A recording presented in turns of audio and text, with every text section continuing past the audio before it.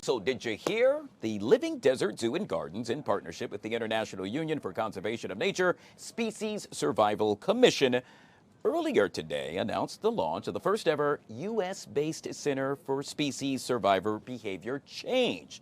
Now, this initiative addresses a pressing gap in global conservation. Joining us to discuss this and so much more is Dr. James Danoff-Burg. He is the Vice President of Conservation at the Living Desert Zoo and Gardens. Good afternoon, sir, and welcome to the show.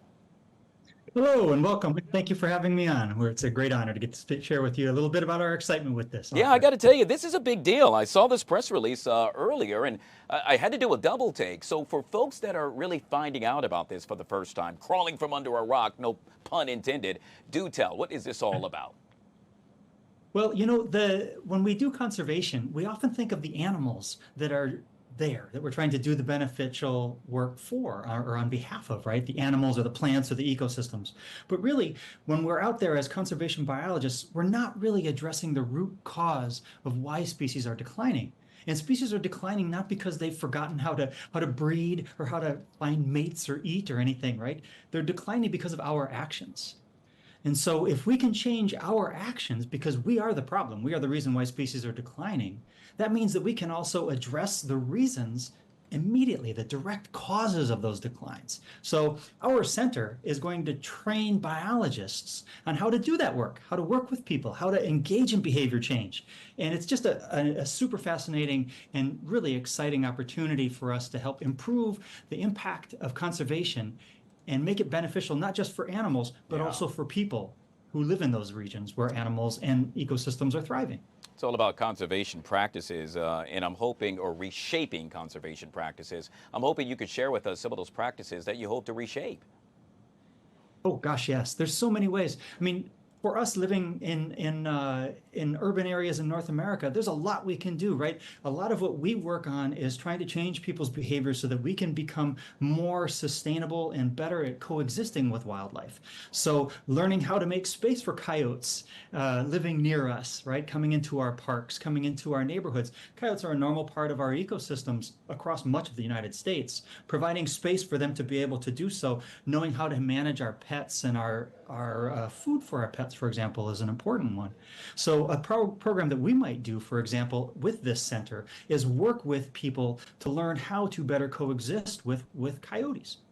And so that would be one small example of how we could do that, how to feed animals appropriately or not in our ecosystems. So the things that we would do would train conservationists to learn how to best learn from and partner with communities around the world, and especially in North America. Yeah, I absolutely love that what you just posed, and that is coexisting with coyotes. Never in a million years that I think we'd ever be talking about that, let alone on this show. And so that's just really cool. And as they always say, the proof is in the pudding. And I know it's brand new, but what are folks saying about this? What's been the response thus far? Well, the center itself is brand new, but our efforts at the Living Desert Zoo and Gardens in Palm Desert, Southern California, have been ongoing along these lines for about 7 years at this point. So we've had a number of great successes. We've helped reintroduce rhinos into parts of Zimbabwe. We've helped to improve the public perception and support of all-women ranger programs in South Africa. We've helped to improve how people can coexist with snakes in Tanzania and Kenya. We work in Mongolia to encourage local nomadic herders to be able to live sustainably with the local wildlife with their own herds. So this is an ongoing effort that we have been doing ourselves at the Living Desert, and the opportunity to partner with this awesome organization, the International Union for Conservation of Nature, to create this center collaboratively with them and learn from the skills that their experts have, learn from the skills that our experts have, bring those two together to be able to support conservation efforts around the world.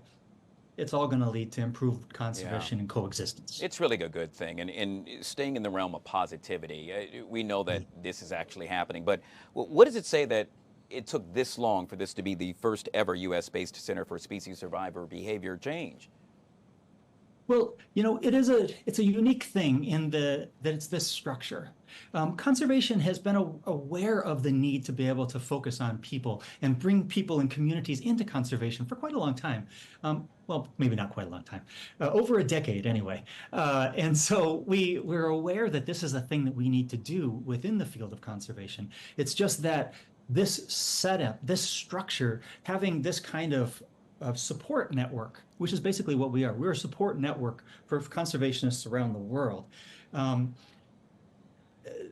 Different opportunities take a while to manifest, we'll just say, and we'll be diplomatic. So we're very happy that we have this opportunity now to be able to be this resource for conservationists in so many places. Yeah, well, yet again, congratulations. Folks that want to find out more information, how would one go about to do so? Oh gosh, you can come to our website, which is livingdesert.org.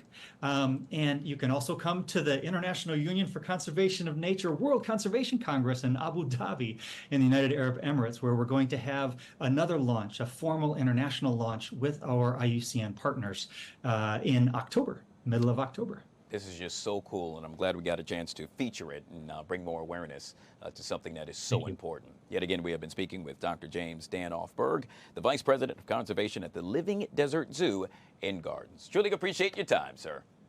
Thank you very much, sir. I appreciate you. You bet. All right, folks, we'll take a quick break, and we'll be right back.